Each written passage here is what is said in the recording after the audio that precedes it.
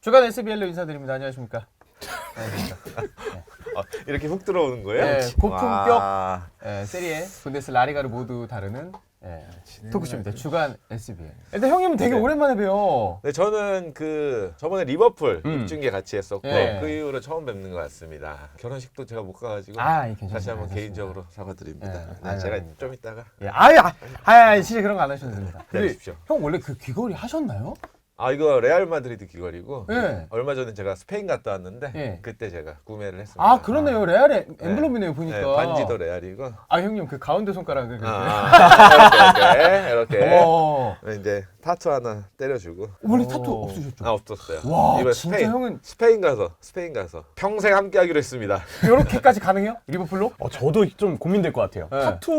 제가 타투가 없어가지고 네. 타투는 좀 고민 많이 될 것 같고 귀도 안 뚫었거든요. 네. 제가 다 없는 거예요. 반지도 지금 없어요. 유일레버 컬러 이렇게 막 여기. 멋있겠다. 근데 리버풀 팬 중에서 그렇게 하시는 분들 많으시더라고요. 이쪽에 많이 그래. 하시던데 팔 쪽에. 네. 네, 나중에 고민 한번 해보는 걸로. 그 스페인 갔다 오신 얘기도 좀 하셨나요? 형 개인 방송에도 분명 하셨고. 네, 뭐 많이 하진 않았습니다. 근데 제가 엘클 영대사를 보고 와가지고 크게 할 말 없어요. 그때 진짜 희노애락을 다 느꼈습니다. 제가 세 경기를 봤는데 뭐 지로나 저는 그냥 의뢰이 이겼었고 그 이후에 이제 그 도르트문트와의 챔피언스리그 2대 0으로 전반을 지고 있다가 5대 2로 역전한 비니시우스가 해트트릭한 그 경기를 봤었고 제가 또 이제 비니시우스한테 직접 같이 셀카도 찍고요. 와, 대단하다. 그렇습니다. 근데 이제 마지막 날 스페인에서의 마지막 날 엘크를 봤었는데 네.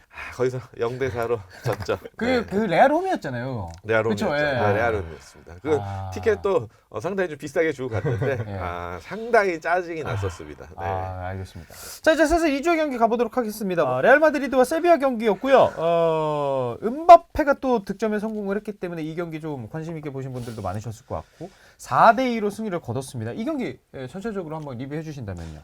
이 경기보다 사실 더 주목을 받았던 경기는 사실 그 전날 펼쳐진 그렇죠. 아틀레티코 네. 마드리드와 바르셀로나의 바르셀로나 경기였던 경기죠. 것 같고 그런데 그 경기를 레알 팬 입장에서는 네. 사실 비기는 게 베스트였죠. 왜냐면 승점 1점씩 놓아 먹고 비길 그렇죠. 뻔하긴 했어. 맞아. 비길 뻔하긴 했어. 근데 마지막에 세르로트에 맞아요.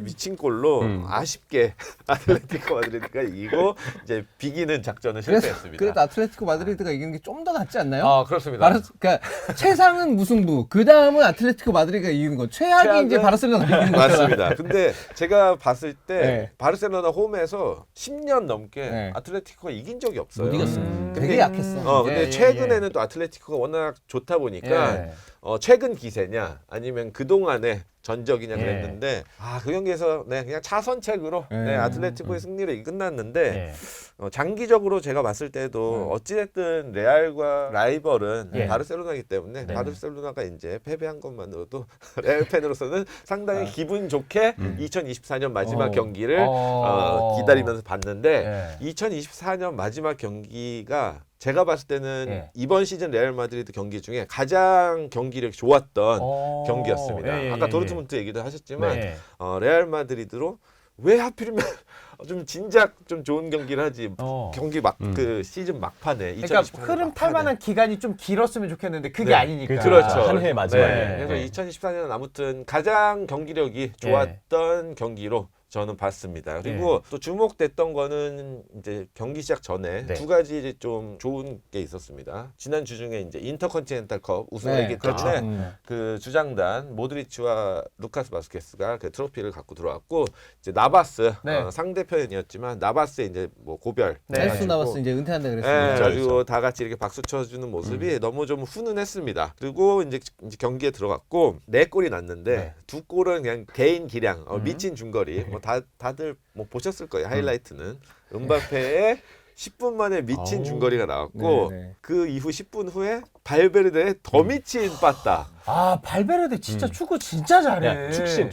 진짜. 축신. 지금 전 세계에서 가장 잘하는 미드필더 중 한 명이라고 보고 그 선수가 진짜 미친 빠따를 제대로 보여줬었고 지난 시즌에는 이제 득점이 별로 없었는데 이번 시즌은 이제 득점까지 겸비를 하면서 팔방미 너무 옛날 느낌인가?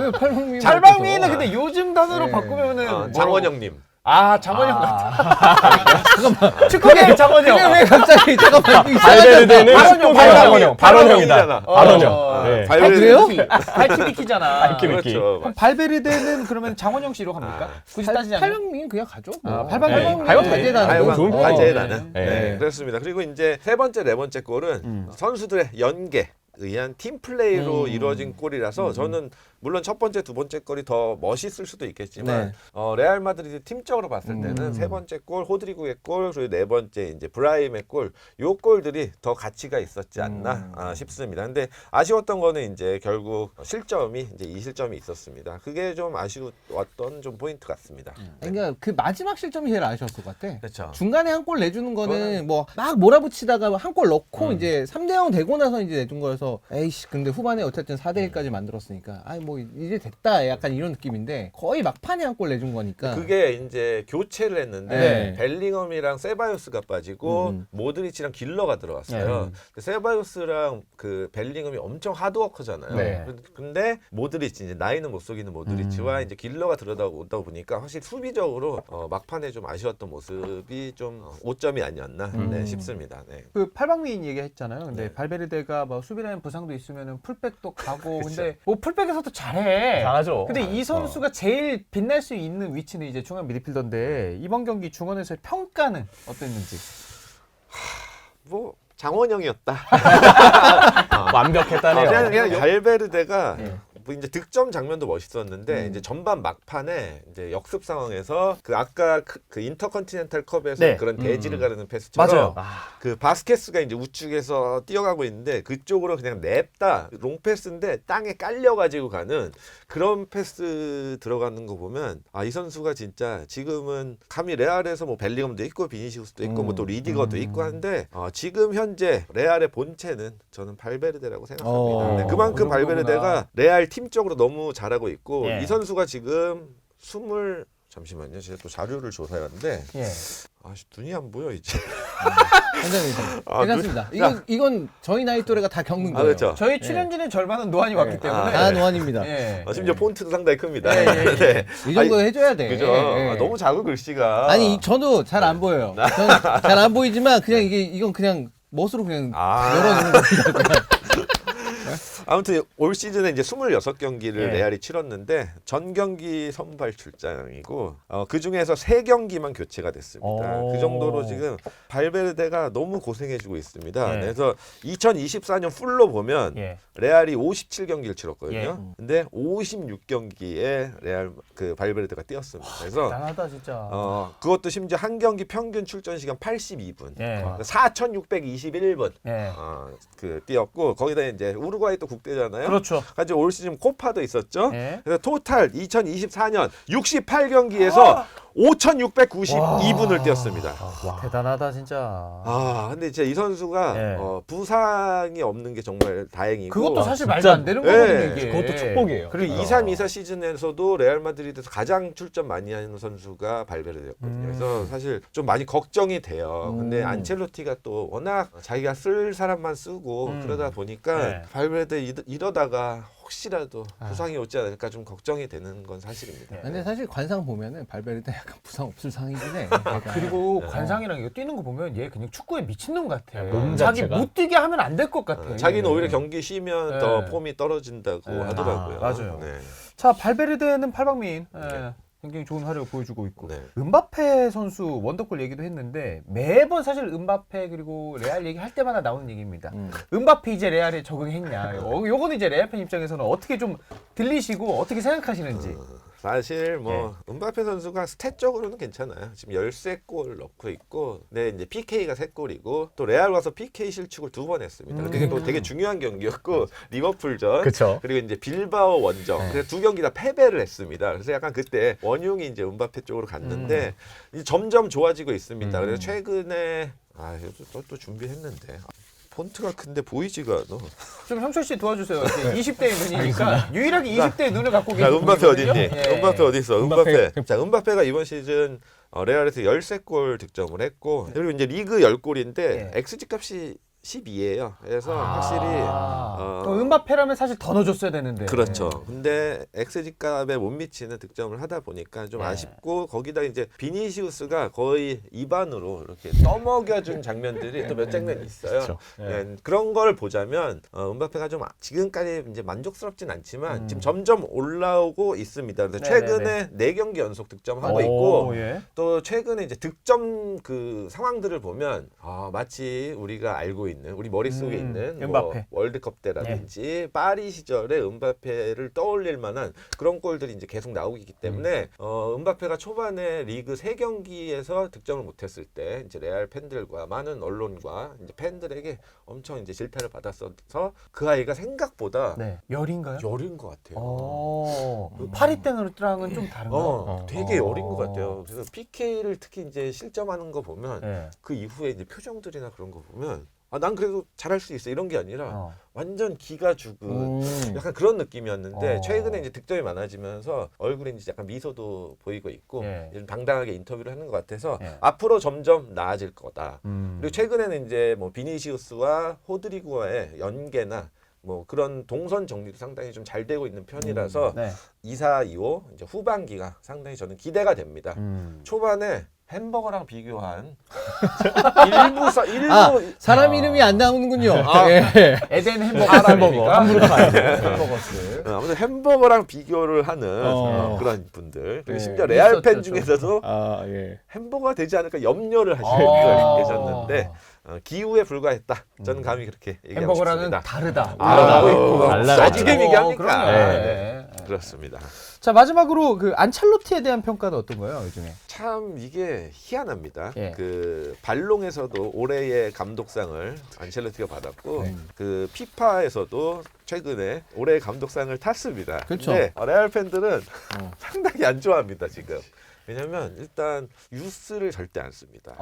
예. 그리고 그나마 쓴 게 라센시오인데 네. 그것도 뭐 알라바, 카르바할 뭐 다 이제 수비진 부상이 다 부상이니까 어쩔 수 없이 쓴 건데 새로운 거를 잘 도전을 안 합니다. 역시 나이가 있으시고 제가 나이가 드니까 알겠더라고요. 이게 변화가 싫다.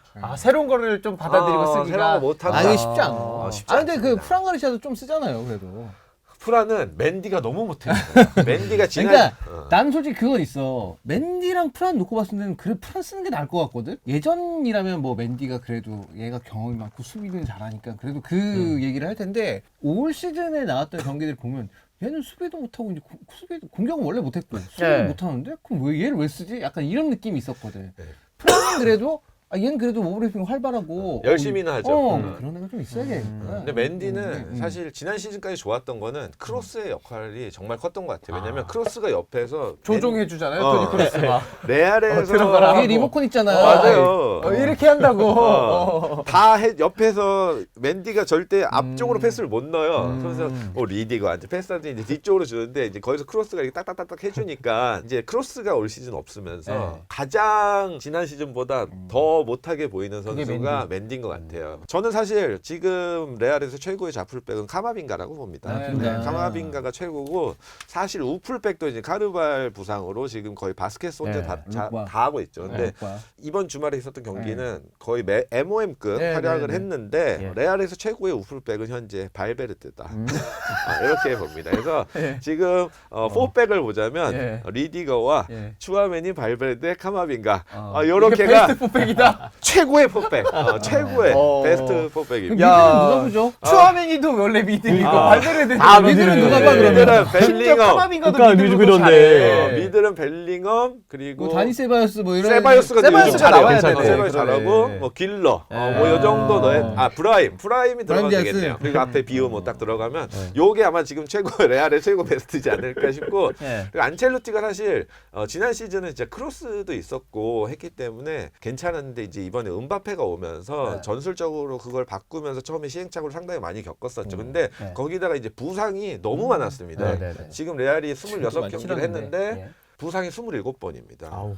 경기 수보다 부상이 더 많아요. 그렇기 때문에 비음음 조합하면 맞추려고 하면 한 명 부상이고 이러다 보니까 자기가 갖고 온 플랜 A를 제대로 이제 가동을 하는 경우가 거의 없었어요. 그래서 제가 그 비음호가 셋이 같이 나온 경기가 26경기 중에 8경기밖에 안 돼요. 거의 없구나. 진짜. 네, 그러다 네. 보니까 이게 전술 A가 무너졌는데 거기서 이제 플랜 B 이런 거를 잘 준비하는 사람은 또 아니기 때문에 네. 이제 그러면서 이제 상당히 좀 초반에 힘들었던 것 같습니다. 그리고 올 시즌에 이제 안첼로티가 좀 부족한 거는 원정 승률이 너무 안 좋아요. 홈에서는 그래도 괜찮은데 리그에서는 어웨이에서 4승 3무 1패입니다. 그리고 뭐 챔스는 다들 알듯이 3승 3패입니다. 그래서 강팀과의 대결 아틀레틱 빌바오전 졌죠. 엘클 졌죠. 거기다가 챔피언스리그 릴, 밀란, 리버풀 졌죠. 그러니까 강팀들과의 대결 그리고 원정 경기 여기서 약하다 보니까 올 시즌에 원하는 성적이 안 나오고 있는 것 같지만 예. 2024년 그냥 전체적으로 봤을 때는 그래도 나름 트로피 5개 땄습니다. 아. 지난 시즌 리그, 챔스, 거기다 슈퍼컵, 거기다가 얼마 전에 있던 인터컨티넨탈컵, 예. 거기다가 뭐 땄지? 5개인데? 그 UEFA 슈퍼컵, 슈퍼 리그 어. 리그 UEFA 슈퍼컵. 챔스 리그 거 말고 예, 예. 슈퍼컵 UEFA 슈퍼컵. 페르코파도 있고. 수페르코파가 그렇죠. 있었네요. 네. 네. 그래서 수페르코파까지 해서 5개 트로피를 땄기 때문에 네. 코파 말고는 네. 코파델레이 말고는 일단은 그래도 2024년 전체로 봤을 때는 뭐 나쁘진 않다. 근데 올 시즌 자체는 조금 좋진 않다. 이렇게 보면 될 것 같습니다. 사치스러운 고민이죠. 아. 아니 예. 지금 2등하고 있는 게 좋지 않다야. 사치스러운 고민이죠. 그 자연스럽게 이제 팬 시선으로 연결이 되는 건데 이건 진짜 레알 팬인 형준이 형을 모셨으니까 물어보는 겁니다. 발롱도르 2위 할 때 어떠셨어요, 비니시우스? 일단 제가 네. 그 엘클라시코 다음 날이 그 발롱 시상식이었어요. 제가 엘클 다음 날에 이제 한국으로 돌아왔거든요. 그래서 이거 마드리드 공항에서 재수가 좋으면 비니시우스랑 사람들 만날 수 있지 않을까? 약간 약간 살짝의 기대감은 기대. 가졌습니다. 물론 마드리드 공항이 워낙 크긴 합니다. 터미널 4까지 있고 워낙 크긴 한데 그래도 혹시나 볼 수 있지 않을까 살짝 기대를 하고 저는 이제 비행기를 탔죠. 그래서 저는 발롱 시상식 때 그거를 라이브로 못 비행기에 봤어요. 계셨구나. 비행기에 하늘에 있었습니다. 계셨구나. 한국에 도착해서 이제 핸드폰을 켜고 딱 봤더니 비니시우스가 발롱이 아니다. 로드리가 받았네. 로드리가 발롱 탔다. 근데 심지어 레알 선수들이 안 불참. 갔다. 불참. 네. 구단 전체 불참. 불참. 네. 용어 애매하다. 진짜 그 소식 딱 듣자마자 무슨 생각 드셨어요?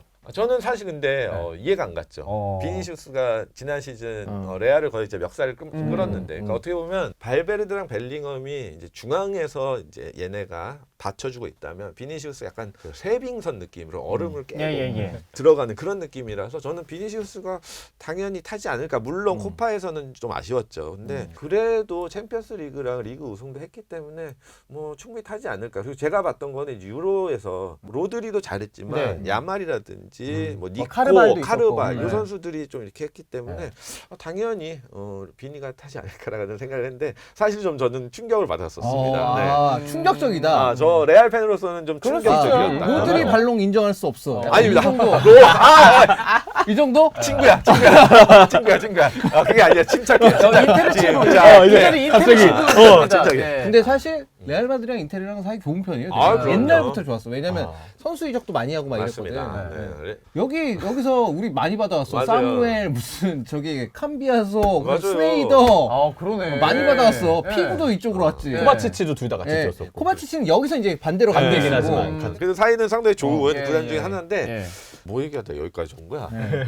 그 로드리 우리 그런 이건 또 그런 막 박을 거 아니야 밑에다가 그거 아니고요. 그러니까 로드리 어느 정도 수긍은 갑니다. 로드리가 탄 거는 수긍이 가는데 비니가 1등을 못한 게 저는 수긍이 안 간다는 이해돼요. 겁니다. 예. 네, 그렇습니다. 거기에 사실 비니시우스 선수가 그런 불참 논란도 있었고 그 전에 뭐 인종차별 이슈 그리고 이제 경기할 때 약간 좀 공 제대로 안 넘겨주고 이런 게 있다 태도 보니까 이슈, 태도. 이미지가 사실 비니시우스 선수가 그렇게 좋은 편이 아니긴 했는데 레알 팬 입장에서는 어때요? 그렇게 사람들이 생각하는 거에 대해서. 뭐 사실 타팀 팬이면 뭐 그럴 수도 있지 않을까라는 생각이 들어요. 근데 우리가 또 그런 기사의 제목들이나 이런 짤 하나 갖고 우리가 그 사람을 평가하면 안 됩니다. 그것도 맞죠. 예. 그렇죠. 비니시우스가 제가 알기로는 거의 축구 선수들 중에서 가장 그런 기부를 많이 하고 그래요? 브라질에 한 1,000명 가까이 되는 학생들에게 지원을 해줬다고 네, 그래요. 네, 이게 네. 그 볼 한 번 안 주는 거랑 1000명의 아이들에게 꿈과 희망 주는 거랑 어떤 게 더 나은 인성입니까, 정말 여러분들? 전지적인 이제 아, 그렇지 않습니까? 팬의 시선이고. 뭐 하여튼 예, 아무튼 예, 그렇게 예. 생각하고 그치. 그러니까 아니 그렇지 않습니까?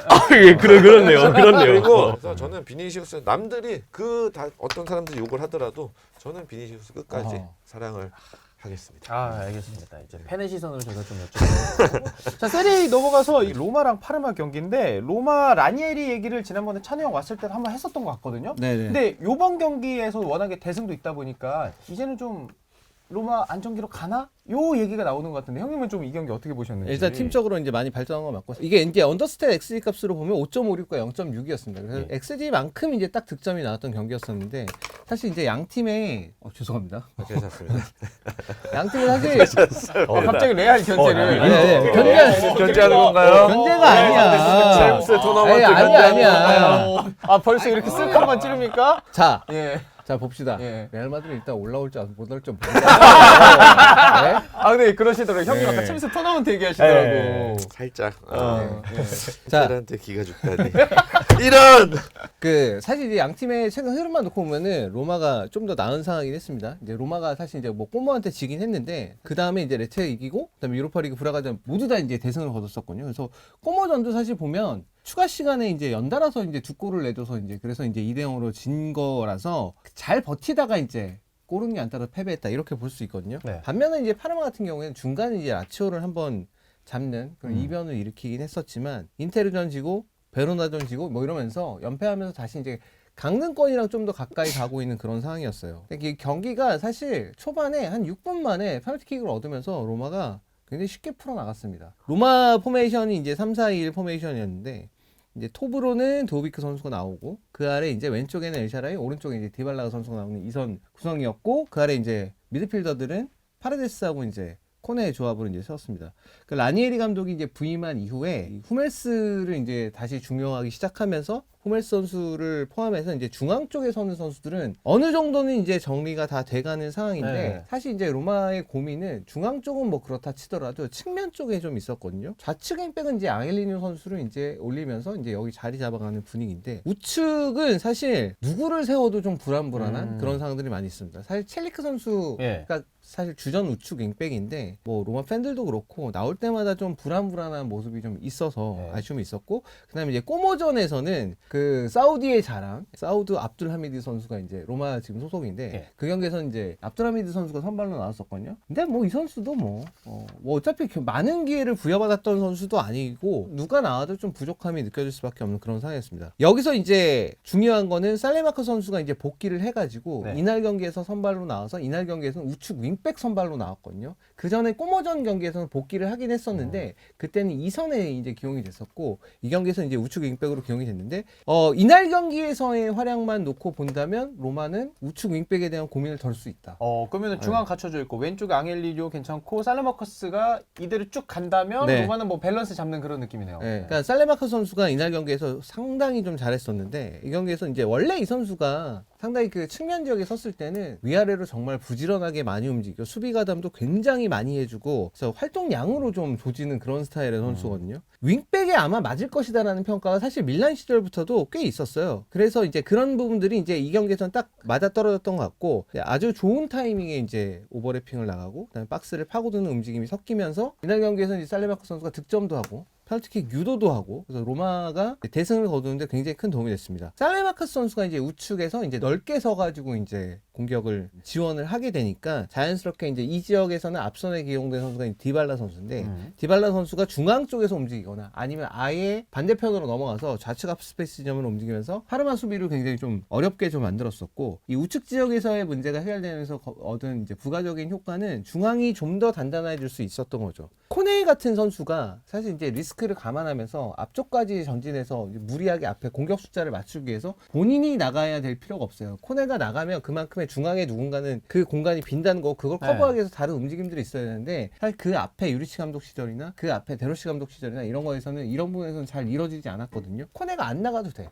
왜냐하면 디발라가 어차피 가운데 들어와서 많이 움직여주기 때문에 코네가 굳이 내가 올라가서까지 나갈 필요가 없는 거고 그 다음에 또 하나는 후메 선수 그 특유의 가운데 섰을 때 특유의 움직임들 앞에 상당히 오버래핑을 많이 해서 마치 이제 예전 그 리베로 같은 그런 느낌을 아, 주면서 전진 가운데 서는 선수지만 네. 그렇게 나가서 최전방까지도 올라가고 이런 움직임들을 상당히 네. 잘하는 선수고 이날 경기에서도 그랬습니다. 네. 그래서 코네가 맡아야 되는 역할은 후메스가 전진했을 때 내가 그냥 가운데에서 있는 그 커버를 해주는 것들 디발라가 이제 충분히 앞에 움직이면 본인이 공을 잡고 뭐 움직일 만한 그런 상황들이 없으니까 뒤에 혹시라도 공을 상대가 탈취했을 때 그냥 역습 상황에서 카운터택이 진행되는 상황에서 내가 1차적으로 저지하는 임무 이 정도만 해주면 됐었기 때문에 그렇게 플레이를 할 수가 있었고 자연스럽게 파레데스 선수 역시도 코네가 좀 더 앞쪽 파레데스가 약간 뒤쪽인데 파레데스 선수도 1차적인 후방 빌드업에서 패스를 받아서 본인이 이제 측면 쪽에 연결해주거나 앞쪽에 이선에 있는 자원들에게 넘겨주기까지만 하면 그러면 공격이 알아서 잘 진행이 되는 예. 그런 장면이 나왔습니다.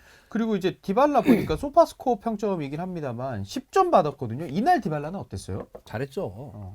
제가 이런 환경들이 있었기 네. 때문에 디발라는 이런 환경이 없어도 잘하는 선수인데 이런 환경이 있었기 때문에 더 잘했죠. 그 5점이 있다면 딱 하나 거의 도우비크가 막판에 헤드트릭하라고 그 헤드트릭하고 넘겨준 거 있거든요. 네. 그거 하늘로 날린 거 그거 그거 하나. 못하면서 이제 해트트릭을 기록하지 못한 게 네. 5점이다. 그게 5점이다. 그거 하나 날린 거 빼고는 네. 디발라 선수 너무 잘했고 페널티킥을 넣은 것도 그렇고 음. 페널티킥을 파레데스한테 양보한 것도 그렇고 오. 팀 득점은 세 번째 골, 본인 두 번째 골 넣으면서 헤트트릭 네. 할 수 있는 분위기는 다 조성이 돼 있었는데 네. 그다음에 페널티킥을 하나 더 얻었는데 그거 그냥 파레데스 줬거든요. 오. 예전에 메시랑 네이마르랑 막 이제 주고받고 하는 그쵸, 것처럼. 그쵸. 예. 그리고 도비크가 막판에 골을 넣었었는데 그것도 디발라 그냥 넘겨준 거예요. 본인 슛 안 때리고. 오. 예. 도비크가 사실 도비크는 이날도 사실 아쉬움이 좀 컸는데 네. 컸는데 어쨌든 거의 그냥 떠먹여 되다시피 그냥 골문 바로 텅 빈 거 그 만들어져가지고 그냥 몸으로 그냥 밀고 들어가서 골이 나왔는데 네. 그런 거 생각하면은 이제 디발라가 어느 정도는 팀 케미를 위해서 좀 희생한 그런 부분이 있죠.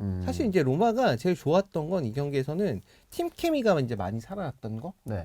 그런 부분에서 상당히 좀 긍정적인 부분을 얘기를 할 수 있었고 이게 파르마는 이제 로마를 상대로 해서 물론 이제 골대를 2번 맞추는 장면이 있었습니다. 네. 카운터 어택을 이제 종종 준비하는 그런 상황이었었는데 파르마가 생각해보면 앞선 경기들의 실점들을 다 많이 했어요. 3골, 3골 막 이런 식으로 실점을 많이 하다 보니까 수비를 조금 더 신경을 쓴다고 한 것 같긴 한데 실제로는 수비도 잘 안 됐고 XG에서 드러나듯이 공격 작업도 뭐 잘 만들어진 거라고 좀 보기는 어려웠었고 파르마는 이제 생각해보면 문제점 보자면 이제 베르나베 선수 이제 빠지면서 네네네네. 전체적으로 빌드업이 많이 망가졌습니다. 베르나베 선수가 이제 빌드업에서 이제 담당하는 역할들이 상당히 좀 중요한 부분이 있었는데 이게 없다 보니까 수비에서 미드필더로 넘어갈 때 미드필더에서 그 위로 올라갈 때 좀 뭔가 체계가 있다는 느낌이 안 들고 그때 그냥 압박 오니까 일단 좀 저쪽으로 보내자 약간 이런 느낌에 좀 가까워요. 네. 그래서 공이 대부분 전개가 잘 된다고 보기는 어렵고 아니면 그냥 스즈키가 그냥 앞으로 뻥 차는 거. 물론 스즈키는 킥이 좋은 선수입니다. 예. 만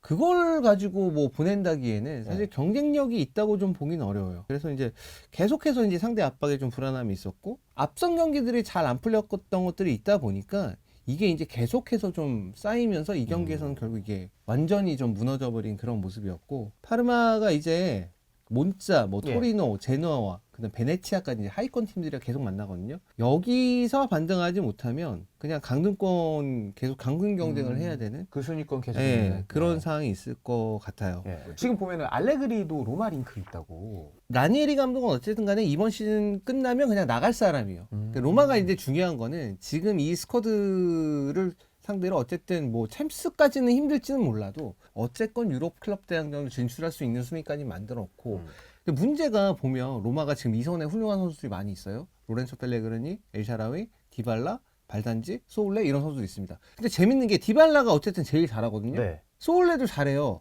발단지도 나쁘지 않아. 얘도 유망주야. 예. 다 왼발잡이입니다. 그러니까 얘네들이 이선에 설 수 있는 거는 이 예. 우측 지역이야. 그러니까 교통 정리가 좀 근데 쉽지 않네. 왼쪽은 왼쪽에 설 수 있는 선수는 로렌초 펠레그리니 못합니다. 지금 예. 엘샤라위 얘도 못해.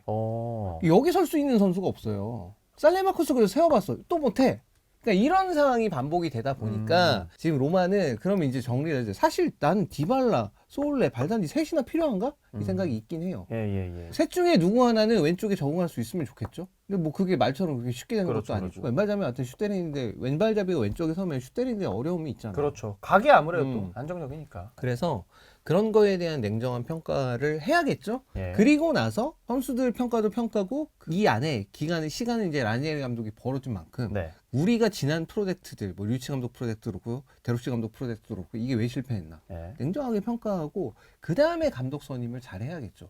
알레그리 감독은 믿을 만한 감독이긴 네, 한데 이 사람이 과연 우리의 프로젝트와 맞는가 또 냉정하게 그렇죠. 생각을 해봐야겠죠. 그러다 보니까 조금 이제 시간도 필요하다. 이 정도로 정리를 하면 될 것 같고요. 자, 그다음 이제 분데스리가 넘어가도록 하겠습니다. 볼프스부르크랑 도르트문트 경기인데 요거는 형철이가 중계를 했죠. 네, 중계를 했고 3대 1이 나왔는데 뭐 퇴장도 나오고 뭐 항상 분데스리가 경기들이 대부분 스펙타클 하듯이 예. 이 경기도 마찬가지였습니다. 사실 도르트문트가 지금 12월 22일, 23일 이런 이제 거의 연말 얼마 안 남았잖아요. 일주일가량 남았는데 이 기간 동안 단 한 번도 리그 원정에서 이긴 적이 없었어요.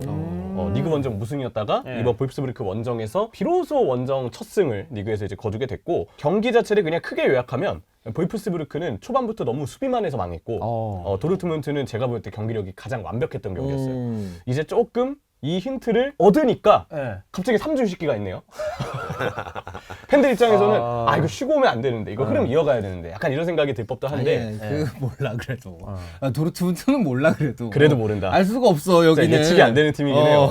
어쨌든 후반기에 대해서 좀 뭔가 긍정적인 전망을 하게 만드는 경기력이 나왔습니다. 이날 이제 도르트문트의 좋아진 점들을 보면 일단 올 시즌 도르트문트의 공격시 전형이 특히 요즘에는 그냥 센터백 2명의 은메차를 수비형 미드필더에 두고 풀백에 있는 그로스랑 벤세바이니가 3선처럼 안쪽으로 좁혀지는 2-3의 빌드업. 그리고 나머지 자원들이 이제 전방으로 올라가는 형태인데 왼쪽에 최근 폼이 좀 기튼스, 말런이 오른쪽 윙이 되고 기튼스와 말런은 좌우를 탁 넓게 벌려서는 스타일이에요. 최전방에 이제 기라시가 서 있고 왼쪽 하프 스페이스를 브란트, 네. 오른쪽 하프 스페이스를 이제 바이어 선수가 배치가 되는 2-3-5 형태로 공격을 전개하는데 이번에 느꼈습니다. 바이어는 역시 중앙에 들어와야 된다. 그동안 네. 이 도르트문트가 오늘 경기 때는 말런 그리고 그 전에는 뭐 듀랑빌 예. 근데 그 이전에 오른쪽 윙을 주로 봤던 선수가 이제 바이어였어요. 예. 근데 원래 호펜하임 때도 바이어는 주로 왼쪽으로 좀 많이 빠지는 스타일이기도 했었고 일단 중앙에 있어야 됩니다. 그래야 골문 쪽 가까이에서 본인의 그 슈팅 센스를 발휘하면서 필요할 때 득점을 좀 터뜨려주는 선수인데 항상 도르트문트에 와서는 자리를 못 잡아서 뭐 기라시가 일단 최전방 당연히 서야 되고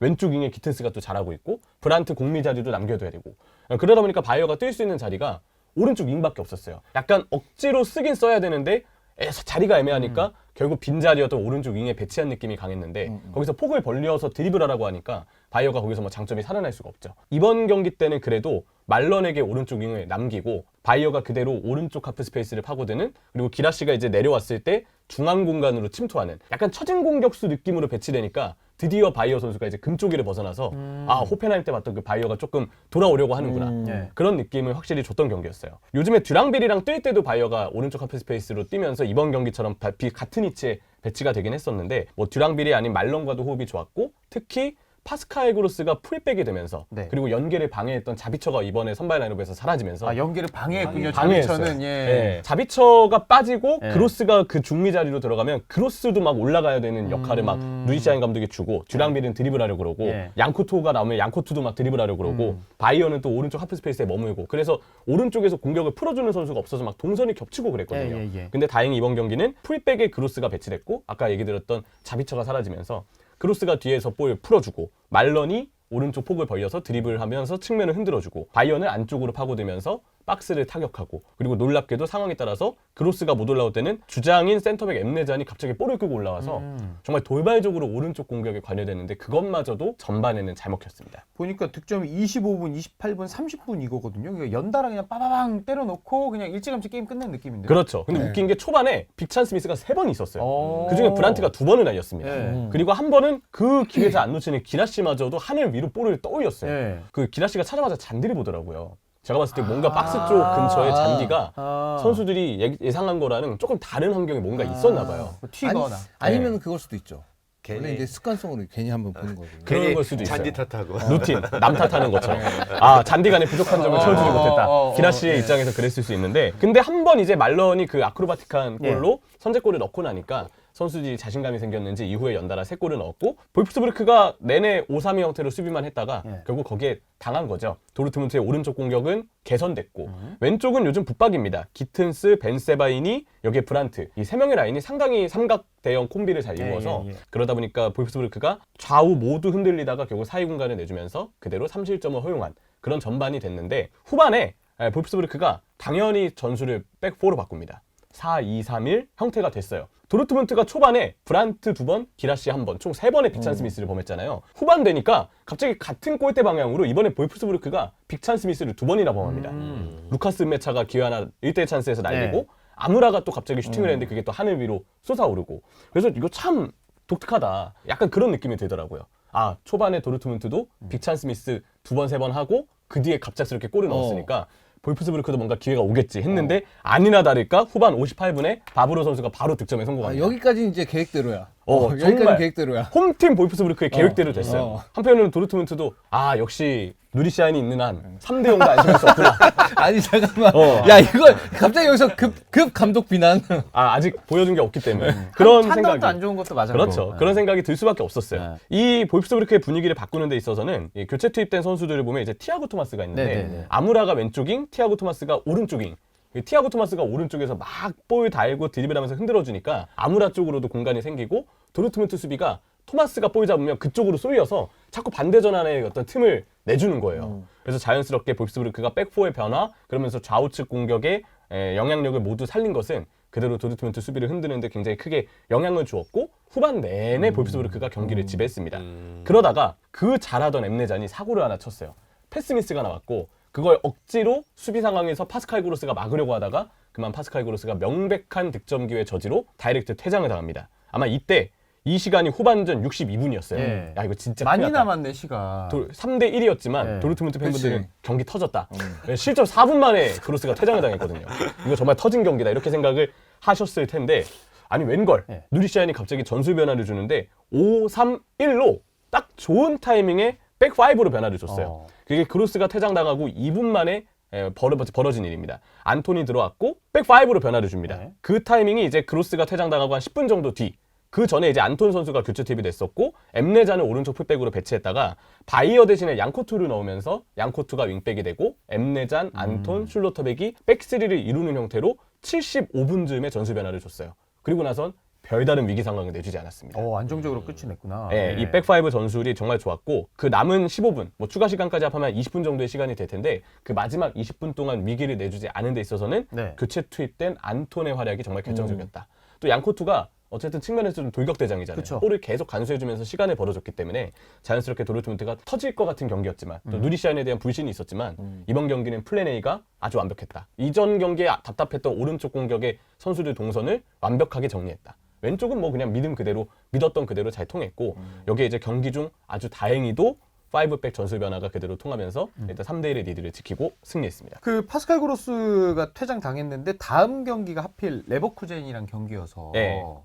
이거는 좀 부담되지 않겠습니까? 그래서 다시 리셋되는 게 아닌가 예. 이런 좀 걱정이 되는 게 사실인데 예. 왜냐면 이게 만약에 오른쪽 풀백이 그로스가 아니고 양코투나 리에르손이 나오잖아요. 그럼 또 그쪽에서 양코투는 일단 전진을 하는 스타일이니까 오히려 누군가가 중앙에 내려와서 볼을 배급을 해줘야 돼요. 오른쪽 자리에서 중앙에 내려와서 그래야 이제 양코투가 폭을 벌리고 바이어가 안쪽으로 들어가는 그런 동선이 나올 텐데 문제는 리에르손도 그런 스타일이 아니고 예. 크로스가 만약에 풀백이 아닌 중앙 미드필더로 뛴다면 누리샤인이 이전에 안 그랬지만 본인이 느낀 게 있다면 크로스한테 너 내려와서 볼 배급을 해. 그러면 양코투가 올라가고 바이어가 안쪽으로 침투해서 다시 우리가 원하는 오른쪽에 삼각 대형이 나올 거야. 그런 식으로 지시를 하면 되는데 그 핵심인 파스칼 그로스가 빠져요.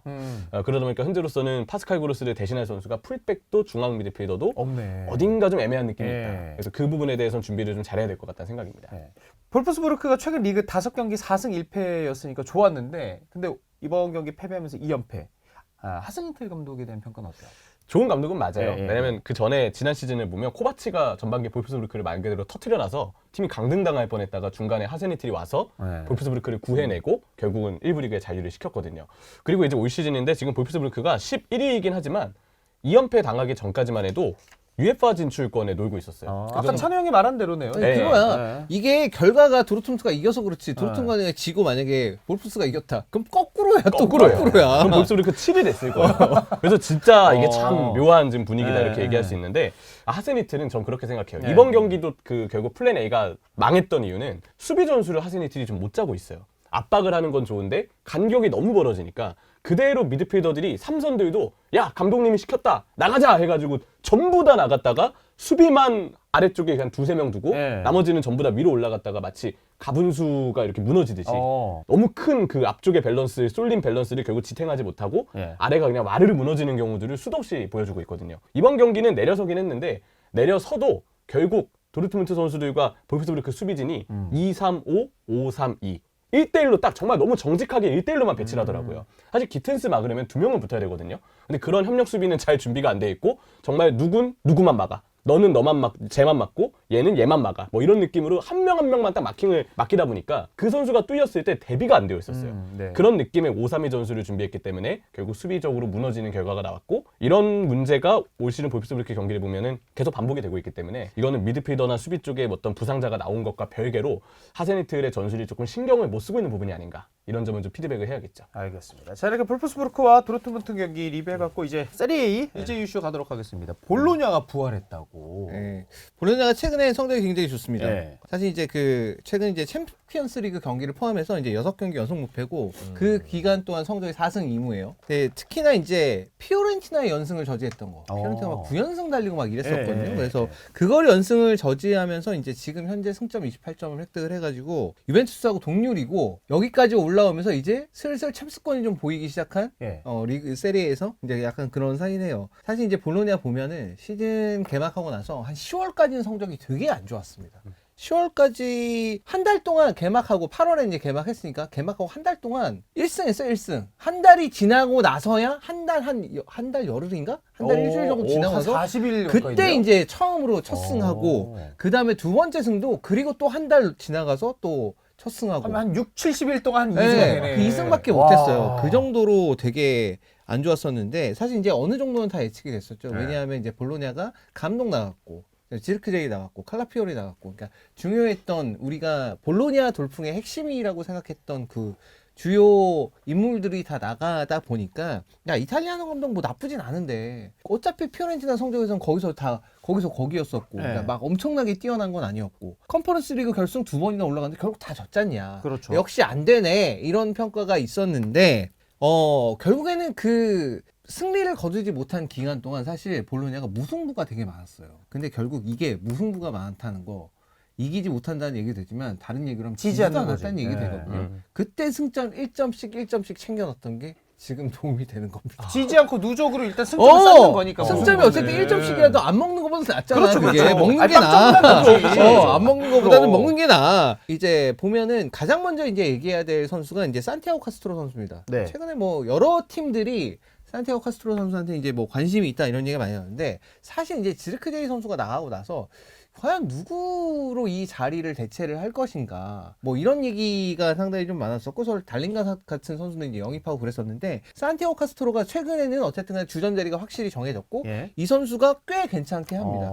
산티아고 카스트로 선수 보면은 저는 그 느낌 많이 들어요. 아, 얘 라우타로랑 되게 비슷하구나. 국적도 아르헨티나긴 한데 얘 라우타로랑 되게 비슷하다. 왜냐하면 일단 활동 반경이 굉장히 넓은 포워드기도 하고 그 다음에 굉장히 그 압박하는 거나 수비하는 거나 이런 거 되게 열심히 해줘요. 예. 되게 열심히 해주고 그래서 이제 동료들한테도 이제 찬스나 기회 같은 게 상당히 많이 나는 편이고 차이가 있다면 라우타로는 그걸 많이 하거든요. 예측에 기반한 인터셉트를 되게 많이 노려요, 본인이. 아, 굉장히 공격적으로 지금 공 뺏을 생각도 하면서. 예. 라우타로는 보면은 상대가 이제 공 갖고 있으면 그거 제가 어디로 패스할 것이다. 혹은 제가 어느 쪽으로 치고 나갈 것이다. 이거를 항상 생각해가지고 약간 심리전 걸듯이 해가지고 예. 그쪽으로 자기가 움직여서 인터셉트를 꽤 많이 시도하고 실제로 그래서 많이 뺐습니다. 예. 그 인터셉트 수치가 공격수라고 생각하기엔 비정상적으로 너무 높은 그런 시즌도 있었어요. 예. 그러니까 그런 걸 잘하는데 네, 산티아고 카스트로는 그건 없고 예. 대신에 얘는 드리블을 라우타로보다 조금 더 잘 쳐요. 예. 수비수랑 1대1 되거나 아니면 한 두 명 정도한테 이제 쌓였을 때도 거기서 드리블 시도를 하고 그게 이제 돌파가 좀 더 잘 되는 편이에요. 결정력은 뭐 둘 다 별로 안 좋습니다. 예. 결론이 좀 아쉽네요. 힘이 좀 막 들어갔는데. 결정력이 이제 뭐 걔나 애나 예. 특히나 요즘 라우타로 못 넣어.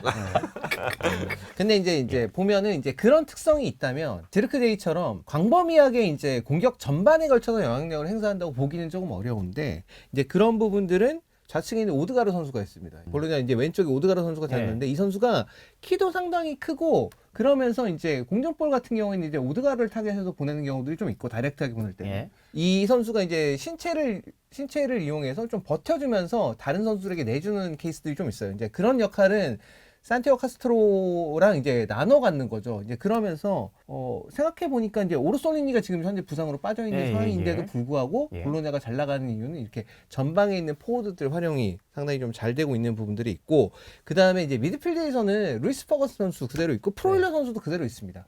예, 여기가 그대로 멀쩡히 있다 보니까 결국 큰 틀에 있어서는 뭐 부상으로 빠져 있는 선수들이 좀 뭐 은도이 같은 선수는 부상으로 빠져 있고 뭐 이렇게 하지만 그래도 결국 앞쪽에서가 다른 선수로 대체가 되었지만 그 선수의 기능이 이제 여전하고 미드필더는 원래 하던 거 잘해주고 있고 그다음에 특히 아래쪽 나도 눈이 안 보여. 정말 본트가 너무 작어. 아니 이게 아니라 이게 아까 내가 소품이 맞았나 이게 오케이 됐어 찾았어 이제 그리고 이제 그 미드필더 있고 그 아래 이제 수비수들인데 베케마 선수하고 이제 루크미 선수 베케마 선수 지난 시즌도 있었고 둘 다 있었던 선수인데 이 두 선수가 상당한 좀 안정감을 많이 주고 있기 때문에 그래서 이제 한번 상승세를 타고 나니까 이제 그 앞에 있는 것들이 모든 것들이 이제 잘 맞아떨어지면서 괜찮은 것 같고 우측에 홀른 같은 선수는 사실 영입을 굉장히 잘한 케이스라고 보여요. 리그 내에서는 아주 꽤 괜찮은 그런 풀백이라고 봐야 될 것 같고 그 제가 볼 때는 결국은 이제 시간이 좀 걸리긴 했는데 결국 이제 이탈리아노 감독이 두 번이나 어쨌든 유럽 무대에서 경쟁력을 증명했다는 게 그냥 우연이 아니다라는 그런 모습인 것 같고 볼로냐가 이제 사실 이제 챔피언스 리그 자체는 사실 좀 이제 어렵거든요. 거기서 이제 뭐 토너먼트 진출하기에는 16강 나가기에는 좀 어려워 보이긴 하는데 다시 이제 리그에 집중을 한다면 그러면 저는 이제 또 강력한 유럽 클럽 대항전 컨텐더가 될 것 같고 상위권이랑도 사실 그렇게 많이 점수 차이가 나진 않거든요. 이제는 다른 경쟁자도 좀 긴장해야 될 것 같다 이런 느낌입니다. 자, 분데스로 넘어가도록 하겠습니다. 비르츠는 1년 더 연장하면서 재계약했고 지금 브란트는 토트넘 링크가 있습니다. 비르츠도 일단 유력합니다. 지금 봤을 때는 확정은 아니지만 안 돼. 안 돼. 형주님이 오신다고 해서 제가 뭐 이렇게 근황을 업데이트 해드려야 되겠다. 그래서 비르츠 빨리 와야 되는데 레알에 비르츠가 와야지 이제 카마빈가랑 발베르데가 양쪽 풀백을 할 수 있어요.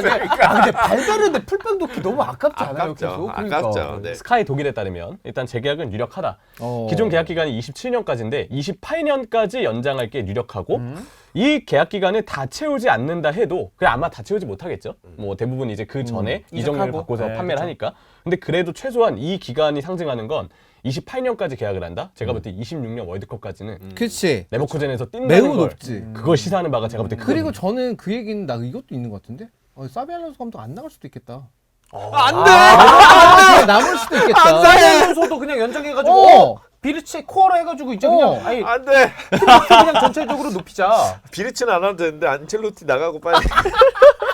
안 돼, 알론소. 사비 알론소가 더 급할 수도 있으니까. 높아져, 레알 그렇죠, 입장이 그렇죠. 높아져. 뭐 혹시 알론소는 가더라도 비르츠는 남는 뭐 그런 걸 수도. 근데 이제 안 감독님 같은 경우에는 안 감독 같은 경우에는 어쨌든 그 우승운이 있는 사람이야. 대운이 있어요. 특히나 레알 마드리드에서는 우승운이 그게 정말 잘 맞는 사람이야. 이 사람은. 슈퍼스타랑 함께하는 안첼로티 뭔가 진짜 명장이긴 해. 달라요. 아, 근데 경기력이 너무 답답해서.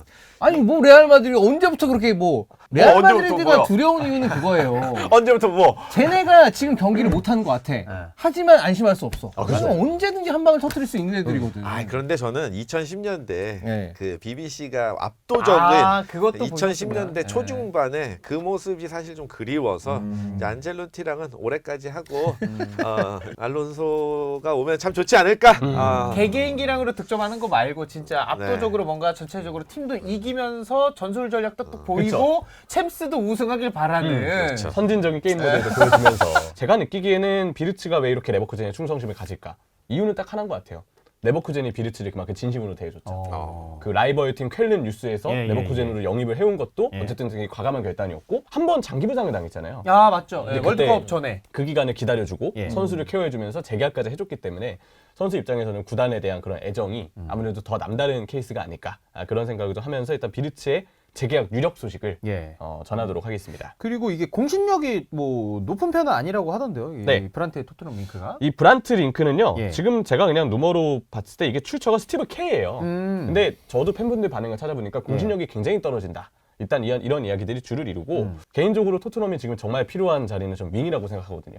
공미보다도. 예. 왜냐면 메디슨, 쿨루셉스키가 그래도 중앙을 받쳐주니까 오히려 공미보다 중요한 건 미드필더로 따지면 수비형 미드필더 예, 쪽이 예, 예. 더 시급하다고 봐야 되고 그보다 시급한 게 제가 볼 때 윙인 것 같아요. 그래서 공신력이 높지 않은 것도 저희가 좀 전제를 하는 거고. 그 브란트는 측면보다는 공미 성향이라서 완전한 공미 성향이라서 제가 봐도 메디슨이랑 동선이 어떻게 분배해야 될지 되게 애매해진다고 저는 생각을 그럼 해요. 뭐 클루셉 다시 이제 측면으로 빼나? 아니, 중앙으로 와서 살아난 건데. 어제 걔가. 오른발로 안주도만 손흥민 그냥 비었는데. 클루셉스키 올 시즌 다시 태어났다 얘기하는 게 이제 공미도 어서 예, 그런 거니까. 제가 느끼기에도 이 영입은 지금 토트넘에게도 필요한 영입은 아닐 수 있다. 차라리 윙 더 뭔가 다른 옵션을 제공할 수 있는 측면 자원에 집중하는 게 좋고 예. 그리고 개인적으로 브란트는 올 시즌도 기복이 좀 있거든요. 이번에 너무 잘하긴 했지만 좁은 공간에 있을 때 브란트가 좀 막힐 때가 많아요.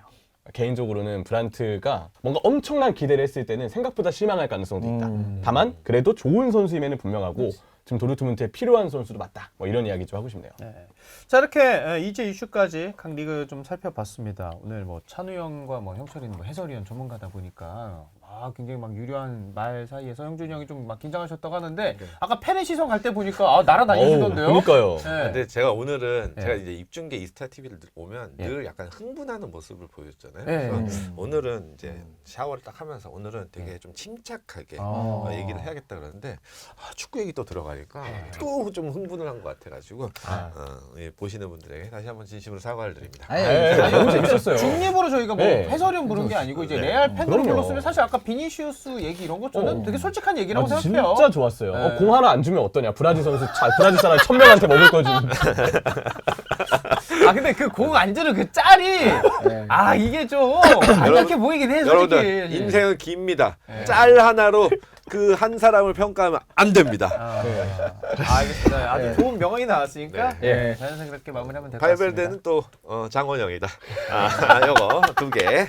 장원영 썸네일로 가나요 우리? 네. 알겠습니다. 좋습니다. 또 장원영 진짜 최고의 에이돌 아니겠습니까? 저희가 뭐 편집해서는 어느 정도 시간이 올라갈지 모르겠습니다만 네네네. 주간 SBL 역사상 지금 최장기거든요. 그런 것 같아요. 근데 네. 진짜 얘기할 게 정말 많았던 풍성한 네. 주간 SBL이었습니다. 오늘은 주간 SBL 여기까지 하도록 하겠습니다, 여러분. 감사합니다. 감사합니다. 감사합니다.